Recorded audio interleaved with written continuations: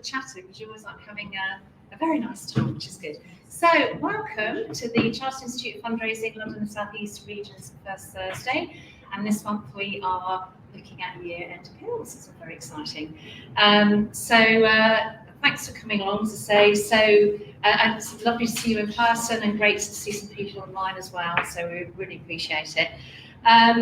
I'd like to say a big thank you to the First Thursday Committee for putting off tonight's event. So I'd like to thank Katie, the events lead, Mike. Oh, Mike's upstairs, but we thank him. Thank him properly afterwards.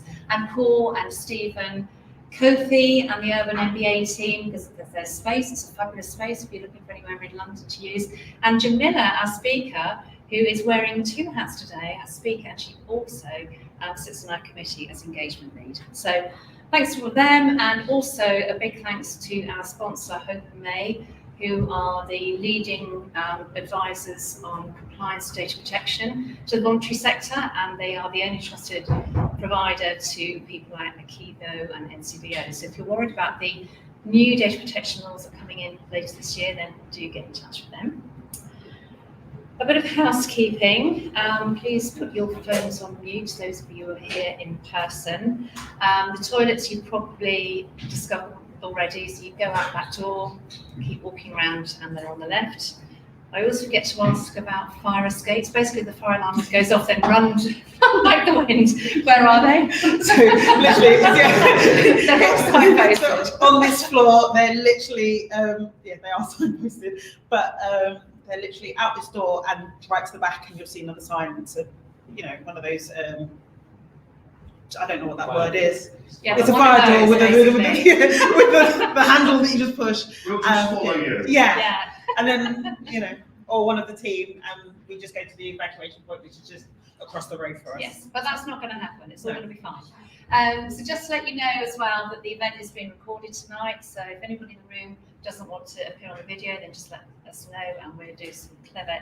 This gentleman here will do some clever editing. And likewise, if you're joining us online, then please feel free to anonymise yourself if you want to do so. Again, there'll be opportunity to ask questions. Jamila will prompt you, and you can do that. Online people, then please add whatever questions you want to the chat. If you could please tag us on social media, that would be awesome. And we are at CIOF London SE. That's such a mouthful to say, but at CIOF London SE, and that would be great. Also, if you're not already members of the Institute of Fundraising, then do join us. And just for coming on this evening, I can give you a discount code, which is M10, MEM10, which will give you 10% off your first annual membership. So it's definitely worth getting. What else do I want to tell you?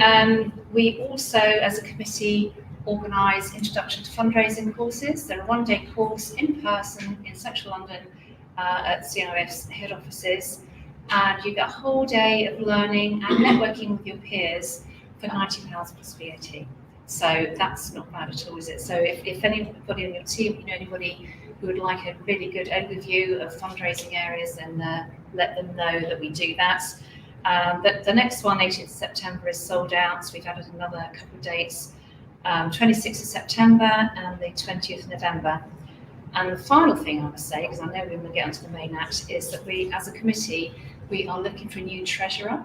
It sounds much grander actually than it actually is. We just need somebody to keep a record of our transactions and narrow them off the bank account and blah, blah, blah. But we're a fun group, aren't we, team? Yes, we are. So if you're interested, then please get in touch and let us know. Right, so without further ado, I would like to introduce to Jamila, who is the founder of Tabitha's People. So she's also a committee member, and she specialises in fundraising, income generation and organisational strategy, so a really good person to know. And she works with the SLT and trustees and helps organisations build on their strengths and become even more sustainable. She's passionate about best practice in the sector, that's why I wanted to grab her onto the committee. She knows how to use the science of raising money from donors and how to write communications that inspire them to give, and that's what we all want at the end of the day. So I'll shut up now and hand you over to Jamila. Thank you so much. And I'll turn my mic off now. Oh, you need that? Yes. There you go. I only charge the one mic. Hi. So can I just make sure, I want to make sure that I'm not too far away from the laptop, but you can actually see the slides. You can hear me clearly. Okay, so just so that you're aware, do you want to use those white ones? Cody thought I might use as many as possible. Okay. But I will start over though. Anyway, so we're going to just jump straight into year-end appeals. So my first question to you guys is, what are some of the elements, and this is where you think, so what are some of the elements that make up a year-end appeal? So, okay, we've got our basic planning. What else do we need? Anybody? Anybody? Giving calls. Giving calls, okay. Anybody else? So far we've got a plan and we're making giving calls. Anything else? Some sectors concentrate on Christmas. Okay, so we're talking about our year-end appeal, so this is that. Okay, anything else? Reason. A reason? Okay, a reason to give. Anything else? Some stories. Stories. Anything else? Some copy. Some copy, the emails, writing. media. Yeah, okay. So that was emails, media, copy. Anything else? Yeah, the schedule of how you're sending things out. I mean, because you could all do everything on the 31st of December, but I'm not sure how much engagement you'd get. Anything else? Prospect list. Prospect list. Yeah, the donors, the people you want to engage with. So I don't want to keep laboring on the point because I actually have a couple of things. Do you want to change the slide? So for me, it's campaign planning. I also think it's really important before you start your campaign to actually have a pre-awareness campaign. You want to tell them some stuff about yourself and who you are, because otherwise you're just asking them for money. And I don't know if any of you have ever tried walking down the street and just asking somebody randomly for money. It's not the most effective way of things. Also, you want to think about your position, so your financial position as an organisation and what you're looking to achieve, your target audience. So you were talking about like who your donors are, the audience and the message. So again, that's the copy, what you want to say, why you're saying it. I call this, so it is the plan, it is the strategy. I like to call it strategy and execution, because you can have a strategy, but if you don't execute it, then it's as good as any other policy that we have as a charity. You know, a lot of them we write them and they get put away and they just get dusty until we have to dust them off again. All right, tools and techniques. So for example, are we using particular platforms? Are we using particular bits of kit? So for example, what bits of kits have I started using recently? So Give a Little for in-person contactless, but I love it. They've now gone to Stripe. So I actually it's a platform, and this is not a Stripe or Give a Little sponsored program, but I know that now through them, I can actually do regular donations. So as a campaign, it's like I've got one platform that pretty much does everything I want to do. Woohoo! Your donor love, so thanking your donors, that post-campaign analysis, and then the next steps for what you're going to do after. I'm going to be honest, with most fundraisers, as soon as you finish a campaign, you're working on the next one, even if it's just the planning to work out what you want to do next, what you're looking for next. But we only have about an hour, so obviously we're not going to be able to cover all of that. I hope you weren't expecting that, because that would require me to talk a lot faster than I am currently. But I'm going to cover what I think are the three most critical aspects that are often forgotten. So one of them I did mention, which was the pre-awareness campaign, because if you're not telling them what the need is and why you want their money, why would they give? It doesn't. So, and we're going to look at sort of building that awareness. We're going to look at showing appreciation. I've worked with so many charities, and 8 to 9 out of 10 of them don't thank. Or if they do, it's the automated thank that they get through the system. That's literally it. You know, even if you have tweaked it a bit, it does still look very much like somebody else made it, which we want to make people feel special. We want to make people feel grateful that we've got their money, and then we want them to give more the next time we ask. And the last thing is that post-campaign analysis, because a lot of people skip that and then they do it before their next campaign when you've forgotten all the things that went wrong, you've forgotten all the things that went right, and then you basically do the same things again, and your campaign either is very successful or it's not. So that's what I'm looking to cover, because I feel like you can get most of the other bits of information off the internet. Okay, so pre-awareness campaign. So why? Okay, so we want to set the stage for the campaign. So before we ask people for money, before we ask for donations, we need to help them. We need to help our supporters understand.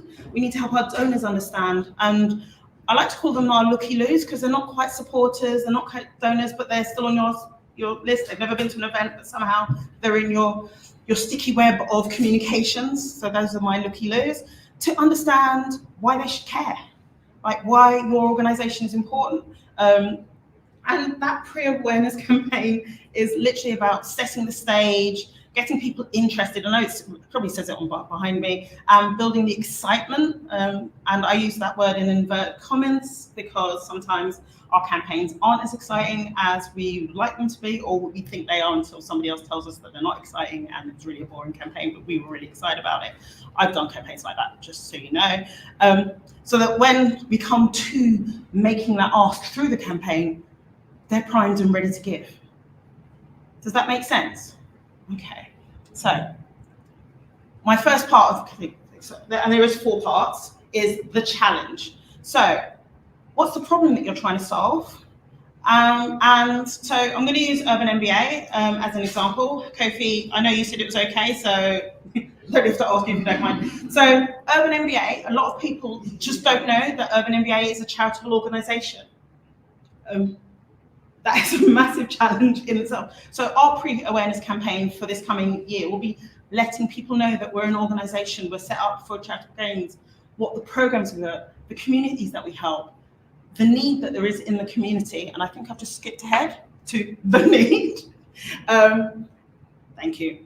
And with that, we're going to be including some of our key statistics, some of our key facts about what the need is, sort of, not only in the local area, but for what we do. And then let them know why it's like, why us solving this is so important, why it's needed. I hope I'm not like just talking to people that, like, nod if I'm telling you things that you already know, but maybe do, maybe don't. I'm not going to ask you if you do it or not. Okay, like, you're my favorite, you're nodding in the front, I like this. Okay, so I want you to, oh, and your lovely man over there, Paul, did say, why have I given everybody paper and pens? That's because if you want to take notes or write stuff, you can. I will not be offended if you look away and don't make eye contact with me. That's not a problem. All right. So the next part of that 4-part thing is your impact so far. Like, a lot of places also don't tell people what they've done, like the successes they've had. Like, it's an important part of it. Yeah, we have a challenge, we have a need, but if you're not telling them how you've made a difference, people will start to wonder, is their money going to something effective? And you do not have to start creating new things or doing like fancy stuff. So if you have already last year's impact report, so I grabbed the Dementia UK's impact report. Do you want to pop that up? And on there, they have a lovely bit of a stat, which you could literally just copy and paste. And I've done this before with other organizations, and that's been my social media post. And sometimes I've even gone in and taken the smaller bits. Like, it can be as easy as that. Like, most organizations, if they've been around for a little while, already have that information. It's not like you have to create anything new. So just to give you an example, so that was Dementia UK. And then I've got from Homestart. Homestart is one of my favorites. They have, it's just the fun. It's always quite fun and colourful. I also really like that in impact reports. I hate ones that are just words and like 3 pages, but 3 pictures, but 40 pages. Like, I don't want to read that many words. I want to see it and know the information really quickly and easily. And actually, if you're thinking, and this is a bit of a segue, but if you're thinking about your impact report, think about it in those ways. Social media, short, pithy, but you get your information across. And then last one is meet the beneficiaries. And I actually took this from Think Forward's impact report. And what I love about this is that they talk about their organisation on the top, but they also talk about their beneficiary because they work with them. So they've got that beneficiary story. there are not a lot of words on there, but it tells a really good story about the need, the impact, the challenge in one thing. And the fact is that they've used that as not only their impact report, but also as their pre-campaign awareness builder. 2 for 1. I mean, as an organisation, we're always trying to save money, so this is a great way to do it.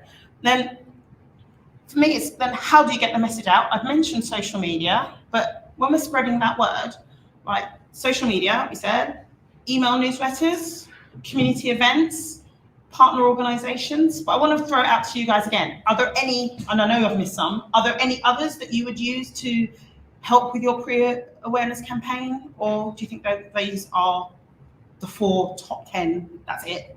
Step out of the way so you can see it. Anything?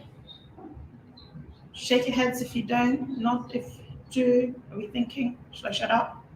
I think if I was approaching major donors, I'd probably, depending on who they are, potentially do something handwritten or something personalised. Okay, so handwritten, something personalised, telling. And I've done a similar thing. So I've had a postcard or one of those things, and I've literally had somebody from the organisation. Sometimes they like the more money they've given, the more senior they like the person to sign the card. But you know, you send the postcard and you got your chair of trustees, your CEO. Oh, question? Something you mentioned earlier about charities not thanking people. The people you have thanked, you can then just write to again. Yeah. And just so you know, I normally leave about 90 days between a thank for a previous donation and your next ask, because they don't want to be seen as your charity's ATM, but at the same time, you want to keep them in and let them know, again, because if the need hasn't gone away, and if you're still working towards your mission and vision, then you are going to need more money. It's a given. Anything else? I get a lot of information through WhatsApp groups, and when I've gotten in events, it's always been through a lot of that through WhatsApp, sharing that information. Yeah, okay, so WhatsApp groups and sharing information through that. Anything else? Just to share. Just for the people at home.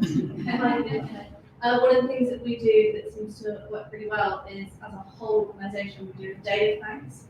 So it's across all departments and it widens the reach. So we'll be giving people in our areas, SEOs, but also every member of every department will be given a list of people to call as many people with no ask, just to thank. And then I feel like people have been really warm to that. And I do like a thankathon. It is quite fun, especially in their snacks. Like just as if you're getting lots of people, I don't know, I'm very food motivated, so I think other people are, but if you're trying to get people to do something that's outside of their normal role, then yeah, I feel like a bit of pop and some nice snacks just makes it feel like it's almost like a team day or fun activity, rather than, oh my gosh, I've got to make a million calls to people that may or may not pick up and may not, I'm going to have to interrupt their day. Fair enough to say thank you that you're an awesome person, but I'm still going to have to interrupt their day. Anything else? Or are we ending it on that high note of thankathons? Sorry, but I love a thankathon, can you tell? Me too. All right, so any questions around this part before I move on to the next section? Yes? Oops.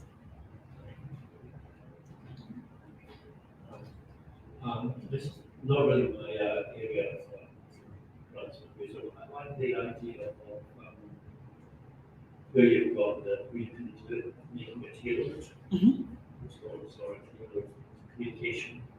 And I like to think when I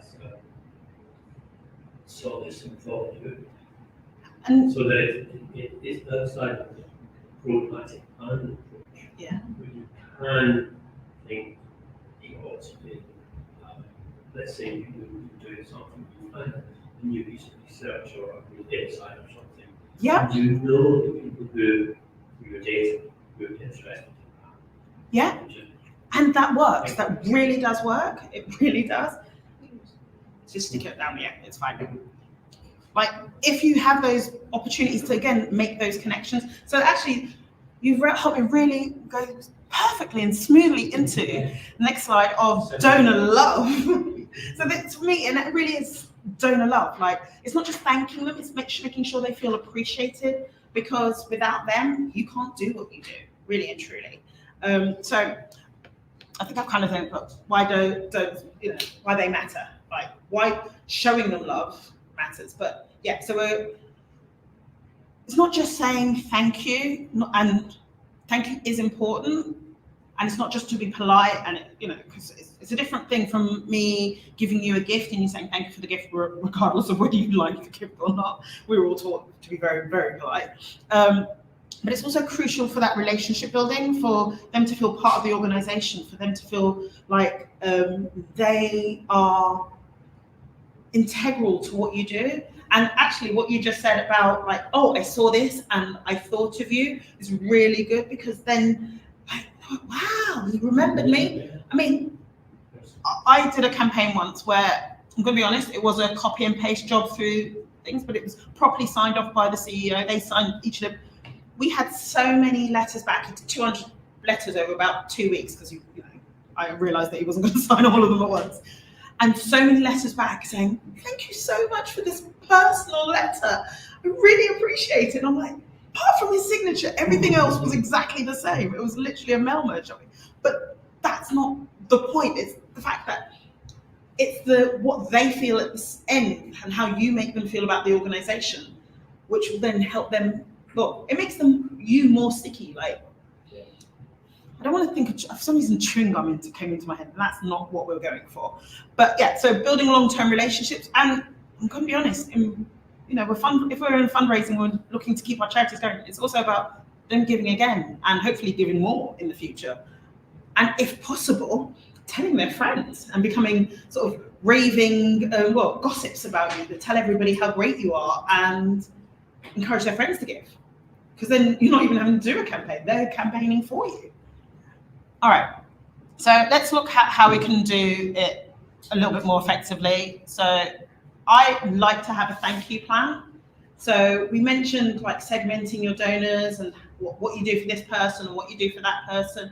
And then there's also, so for example, I saw this and thought that might be a flex, because if you can sort of automate that so you can send it to more people, then that's great. But then if you want to personalize it, so you maybe print out a couple, because they're the sort of people that really appreciate post.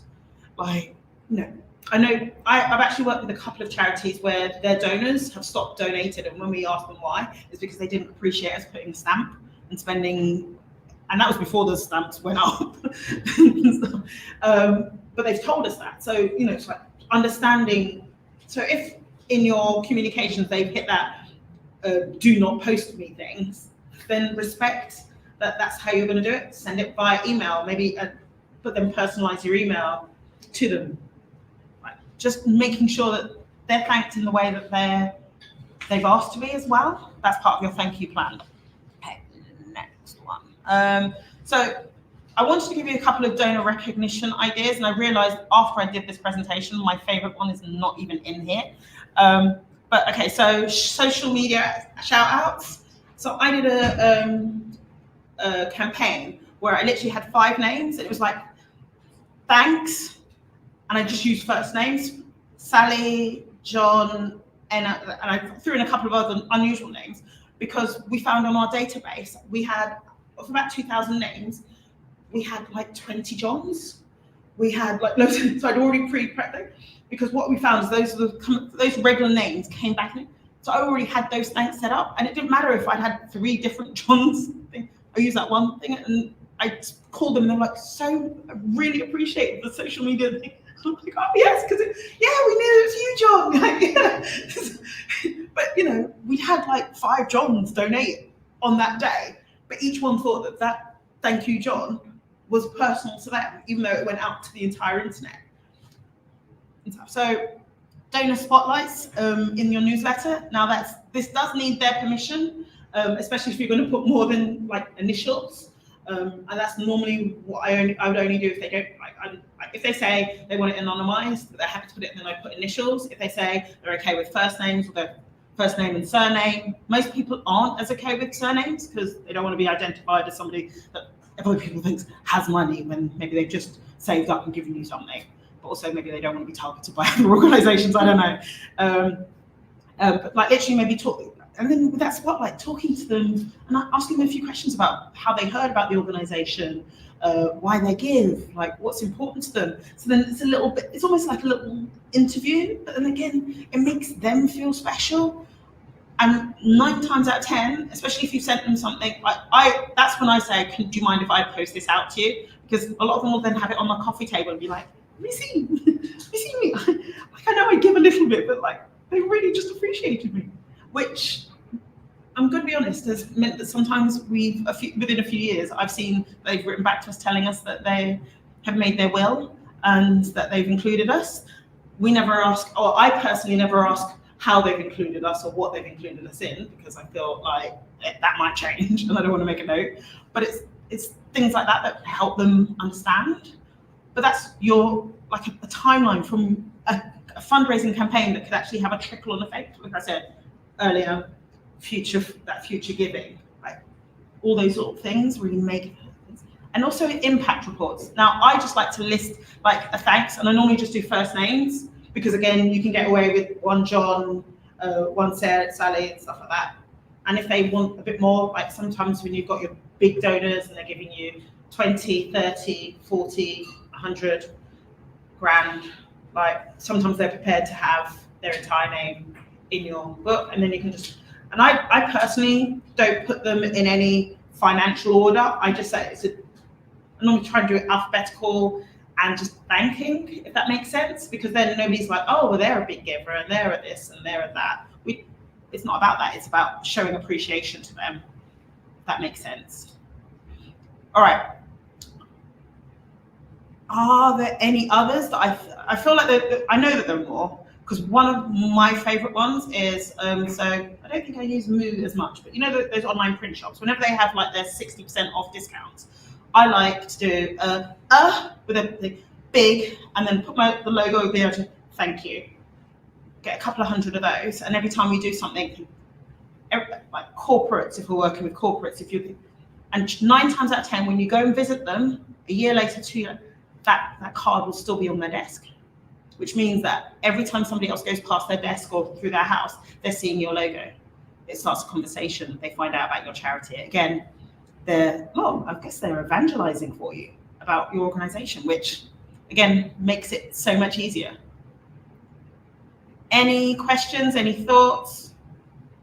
One thing that I want to say, I don't know if it's going to be like the same with donors and that, but when I have people that donate their time to the organization, I try and make relationships as like personable as possible. Because sometimes, and again, I say it might not always be with donors, but sometimes when it's too professional, it doesn't feel genuine or anything. So one thing that I like to do is, as much as these stuff, I even done it today, I just message someone just saying, oh, I'm just checking in, hope you're well, have a blessed day. So it's not like I'm trying to force conversation with them or anything like that, but it's just a little check-in, it's fact, you know what I mean? And then funnily enough, the response was, oh, I actually needed that check-in, blah, blah, blah, you know what I mean? So just little stuff like that you can also do to build rapport and relationship. And it's a bit like you're saying, thinking of you, I saw this, thought of you, So, Paul? The thing on your reporting, always list gifting time. Yeah. Especially if people are giving you free time, they're important. You can actually, so you can't put it through the books, but you can tell people about it, and then they think, oh right, these guys are respecting the time volunteers are giving to them. Yeah, but I would definitely put that in 2 separate sections, because you do get your I want to say double dippers, and I'm thinking of chips, in that they volunteer but they give, and they see their name twice, like so. Okay, and I think I've already said this, but always ask for permission to use their name when you're recognizing them. There is nothing worse than you using a name and they come back and they're livid about it, because most of the time it means that you have to then redo something, but also it means you either have to send it out to everybody again, that shows that you've made this massive mistake and that you're not asking people and you're not respecting people's privacy. Because then it creates a question in somebody else's mind, like, what else are they doing wrong? We don't want to do that. So let's just ask for permission. They say yes or no, and it's fine. And then, because literally, if they say they don't, and just say to all those who didn't want to be named, we thank you as well. Like, it's really simple. It's really simple and easy to miss. Okay, so stewardship strategies, woohoo, fun stuff. Okay, so for me, so this is part of your campaign, but it's helping you to build up. So things like regular updates on your impact. So yes, you might be doing your awareness for anybody else that's fallen off because some people stop it, but you want to make sure that you're updating them. I really like the behind the scenes content, like where you get a photo of somebody at the desk doing something. And I don't know, I worked with a homeless charity in, I wouldn't say Norfolk, but I know it began with N. No, Hereford. Also not an N. Don't know where that came from. And they just done a partnership with Sports Direct. So for every trainer that was bought in the local area, they got a sock. And literally the lady thought, oh, we'll probably get about 20 socks. 10,000 socks turned up in their first delivery. And you literally had her sock in amongst the boxes, almost in tears. She managed to hold off until afterwards, like with a big thank you sign to Sports Direct and all the people that are buying shoes from Sports Direct. And literally just said, and where those socks were going. Yeah, and I think literally every person in that town that was homeless had like 6 or 7 pairs of brand new socks for the winter, like proper decent sports socks. Their donations that year went up so significantly because people didn't really understand the need, and when they saw the amount of socks, they kind of understood the number of people that are homeless, so they understood the need, and that wasn't even what they were going for, but it communicated all that. I also think sometimes when you're doing your awareness campaign as well, like telling people about opportunities to volunteer, because sometimes when they're on the inside, they give more. And my last part is donor feedback surveys. So asking them, like, what's most important about what we do? What didn't they like? What did they like? How did they hear about us? Now, I would do small surveys where you've got 4 to 6 questions rather than War and Peace where you're asking them for everything, including like their address, their shoe size, their sock size, because we've got socks in the conversation now. Like, we don't need that much information. We just want enough information about them slowly and regularly so that we can get a better idea of how we can help them and how help them help us. Does that make sense? Are there any other things that you're doing in your organizations that I've not mentioned? I'm sure there are. Maybe you've not thought about it. No? Anything online? Okay, so I hadn't actually asked that yet. Okay, so the last part, I'm going to be honest. If you've had a really good campaign where it's met and exceeded your targets, this is the most fun ever. Now, on the flip side, when you've not met your targets, this is like being sent to the head's office when you were at school. You knew you were in trouble, but you weren't sure how it was going to go and how bad it was going to be. So that post-campaign analysis. And why it matters is that you can actually measure the true impact of your campaign. So your messaging, did you get your donut segments right? Did you make the right choice? I've worked with organizations, I worked with a great organization, and their previous campaign, they had over 6,000 names on their list, but they only had 400 addresses, and they made the decision that they were only going to do a postal campaign, and they wanted to know why they didn't even make the money back that they'd spent on producing the campaign. And my reaction was, you literally sent it to less than 10% of your supporters and your donors. What did you expect? Mm-hmm. Like, if the majority of your donors are on email, you need to go where they are. Does that make sense? So I'm a massive advocate of hybrid campaigns, so both post, because I do like having stuff on the table, but I recognize that having your email, having your website primed up. I also want to say that one of the best things, and when I say best, worst things I've ever seen is when you have all this stuff that links, donate to us today, and then the link that sends them to the donation page sends them to the About Us page, or somewhere else. Me, you don't need to, like, if they're hitting the donate now page, send them to the donation form directly. There is nothing else. They've literally already told you they want to donate. Like, why would you want to tell them more information and give them, not that give them more time, but people are busy. So actually, if it's something they're thinking, I'll come back and do this later, you've probably lost like 9 out of 10 of them. There's data on if you have to click more than once, how many people just don't follow on. Yeah. Common sense, which is very common. It's one of my favorite phrases. I think I'm going to get a t-shirt that says that, common sense, which isn't very common. Yeah. Okay. But then also with your post-campaign analysis, you want to identify areas for room improvement, like for improvement. Like even if you ran a 10 out of 10 campaign, I always believe that you should give yourself a 9 out of 10 because there's probably something else you could have done better. Like that 1% that changes something else, that increases the amount of money that you bring in. But you know, when everybody's like had a great campaign, they're like, yeah, high five, we're amazing. They miss that. And actually,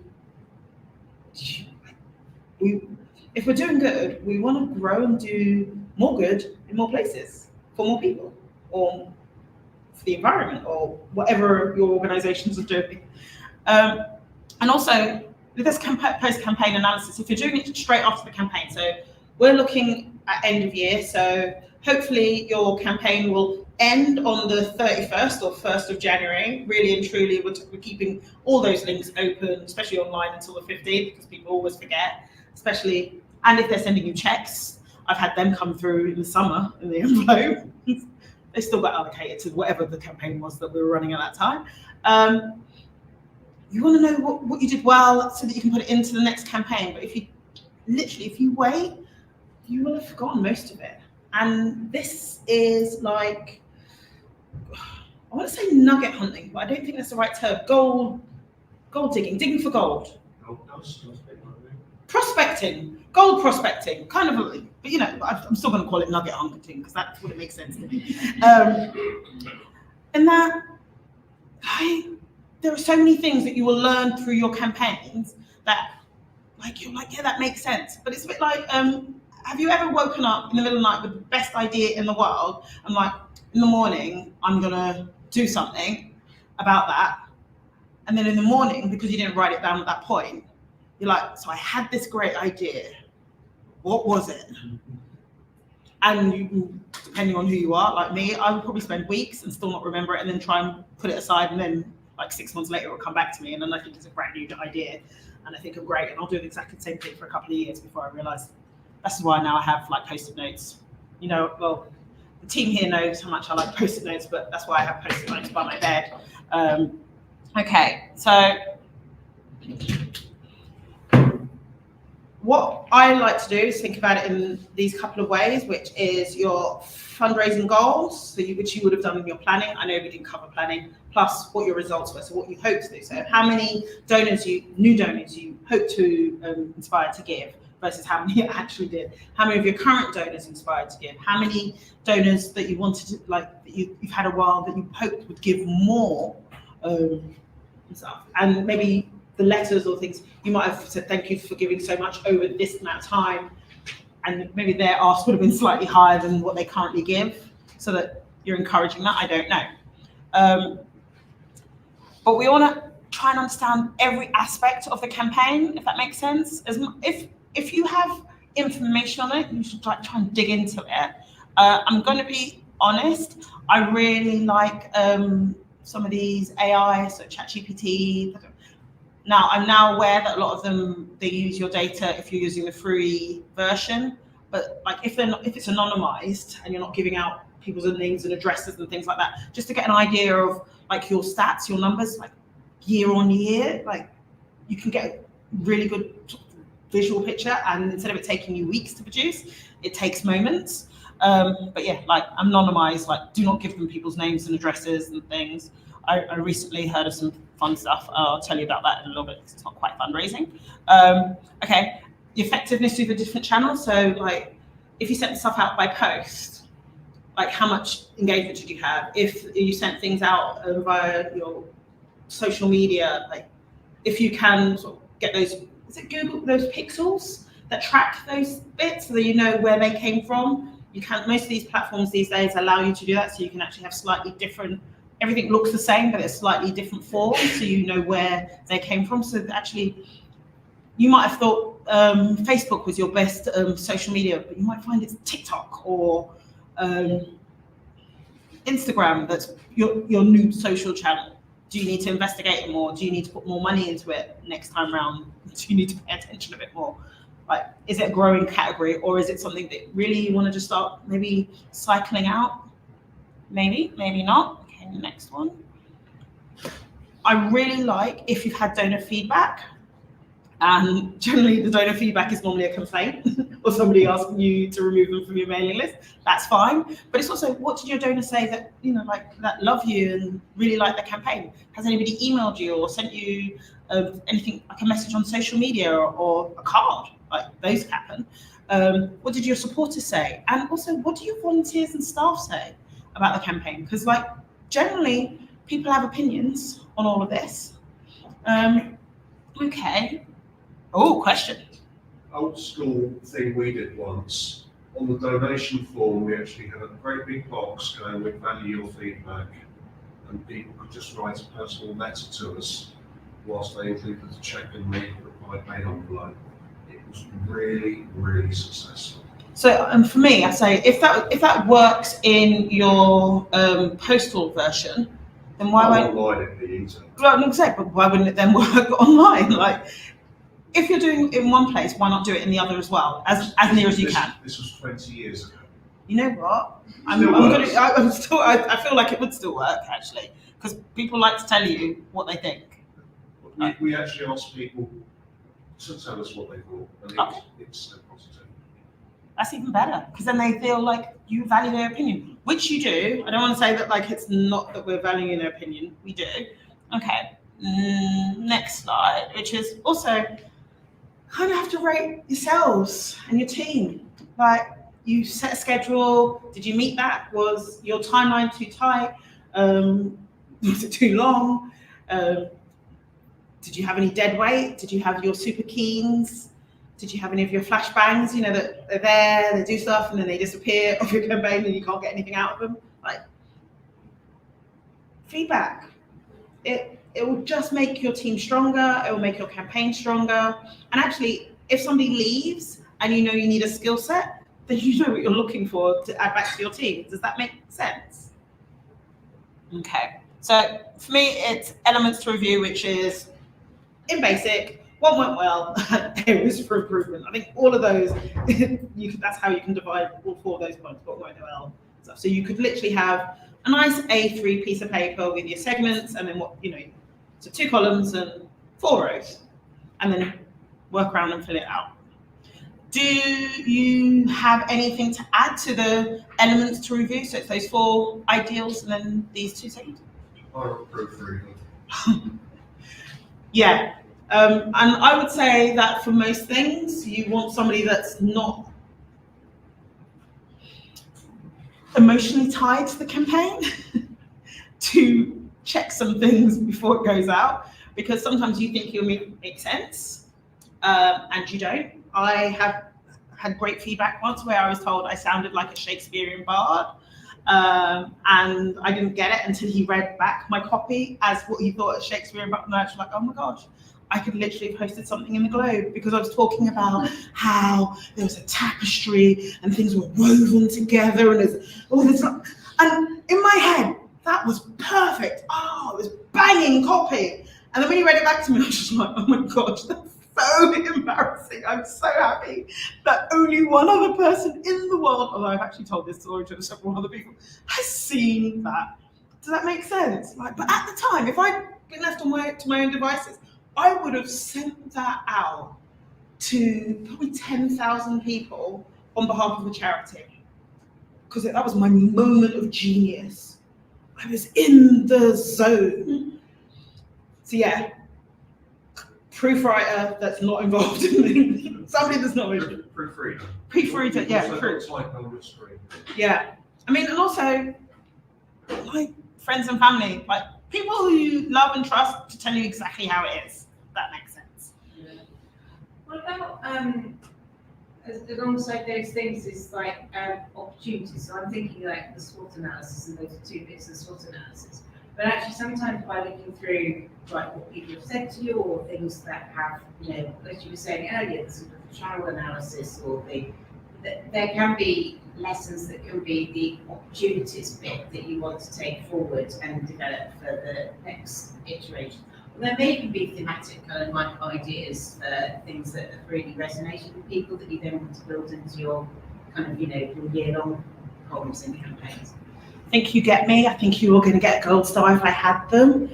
You were so right, and I should have put that in. It will be in my next iteration. Because sometimes especially when you're looking at your messaging, they will tell you how they want to be written to, how they want to be spoken to, how they understand what you do.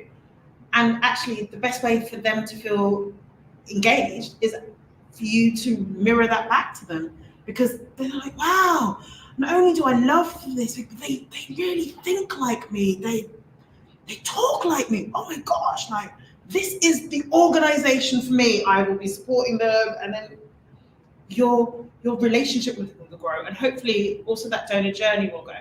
Now, I did talk about like continuing on, and I want to just say this. So I do talk a lot about the idea of somebody giving you more money over time, but I actually worked with an organization, and when we went through their data, we found this one lady who'd been supporting them for 30 years, and over the 30 years she'd given over £40,000, but it was little and regular.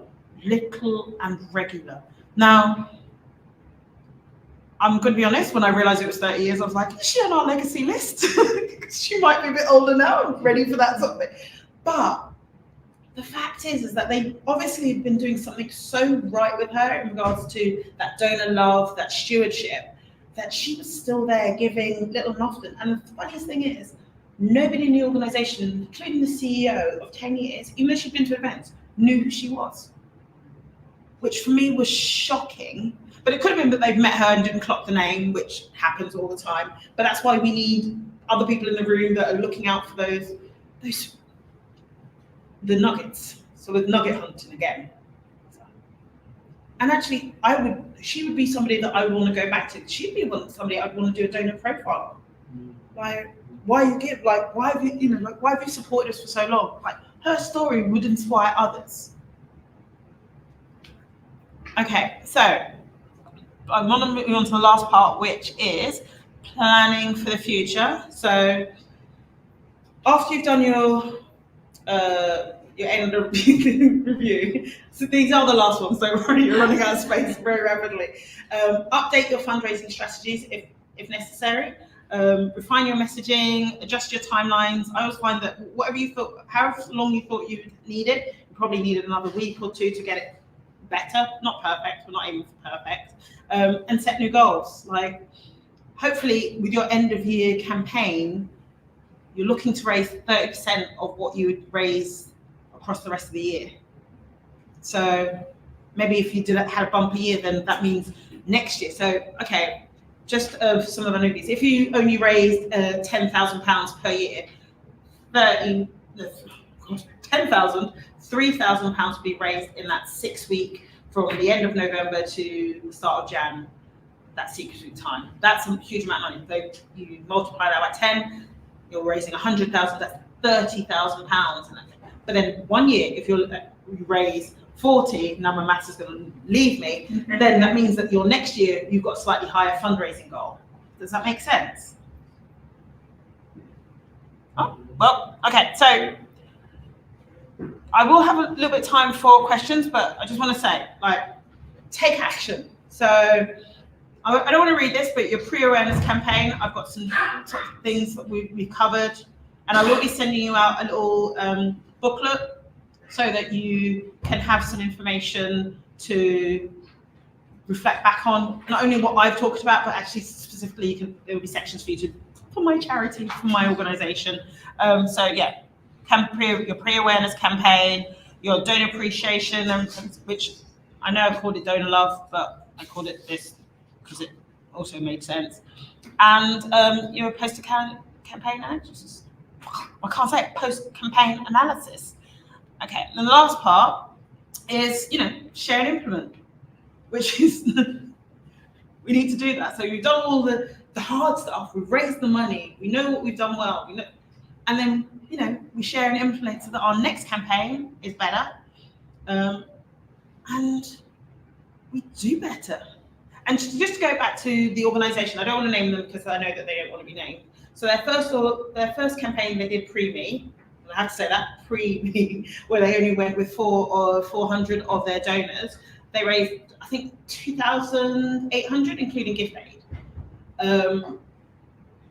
When we did our thing, so I didn't laugh, but yeah, I made chuckled very heartily when they were telling me some of the things that they did and things, and also the fact that they weren't listening to each other, because there were a couple of people in the room who were like, no, I think we should do it with email as well, but they weren't senior enough. Some of them were nerds and everything, and they didn't feel, because they were included in the group, they did not feel able to have those conversations and able to.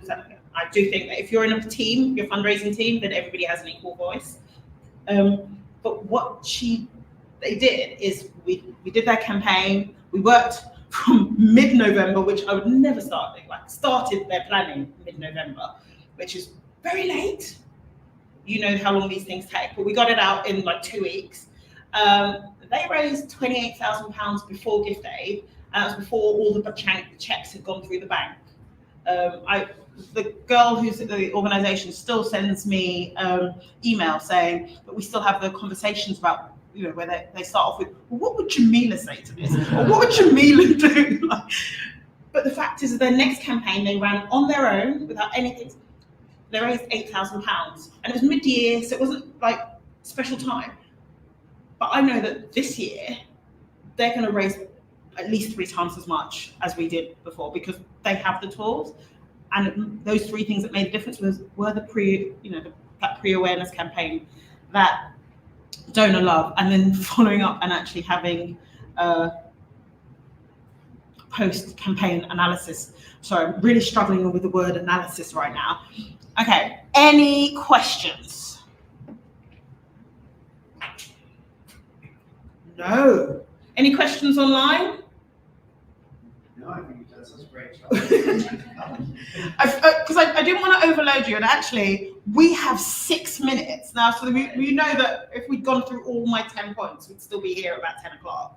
But all I want to do then is thank you and say that if you're wanting to reach out, and I have spelled Gmail right, I thought I spelled it wrong, but if you're wanting to reach out and just pick my brains about anything we've talked about tonight, I'm more than happy to have that happen. You can connect with me on LinkedIn or via my email. And you may notice that my organisation name has changed from Tabitha's People to Get That Money, just purely because I spend most of my time explaining why I called my organisation what I called my organisation. So I had to work on my messaging. Thanks to Kofi, who was literally just it makes no sense that you're called this great name, but nobody understands what it is. Call it something simple. And it's funny, I now have way more conversations that actually are nearly 99% about fundraising, rather than 50% about why I called my organisation what I called it. I took some feedback, like I said, learned a bit more about messaging. Thank you so much for your time. Like I said, I think there's networking at the end of this. There certainly is, and I just want to say thank you on behalf of everybody here. Ooh, It's not that exciting. It's always welcome. Also, so we're going to put this noting into something, so you will get a copy of that. Feel free to take a photo of it. If you didn't take any notes because you were listening so rapt to me, but yeah, and I'll be around for the rest of the evening, so feel free to ask me any questions. And yeah, I hope you well with all of your end of year campaigns, and they raise you loads of money for your causes, and yeah, that you do great things. That's great. Thank you so much. Thank you. So let's have another really great nuggets, and I love the sob story as well. So our next first Thursday is Thursday the 3rd of, thank you very much, of October. It's going to be online between 10 and 11 a.m. We're still deciding what we're going to focus on. So watch this space, go to our page on CIOF website and do join us if you can. So we're going to say goodbye now to the online attendees. Thank you so much for joining us this evening. Everybody who's here, I hope you'll stay and join us for either wine or juice or whatever, and the best pizzas in London are about to arrive as well. Oh, and we just, so they've just literally come through the door now. So thank you very much. Thank you.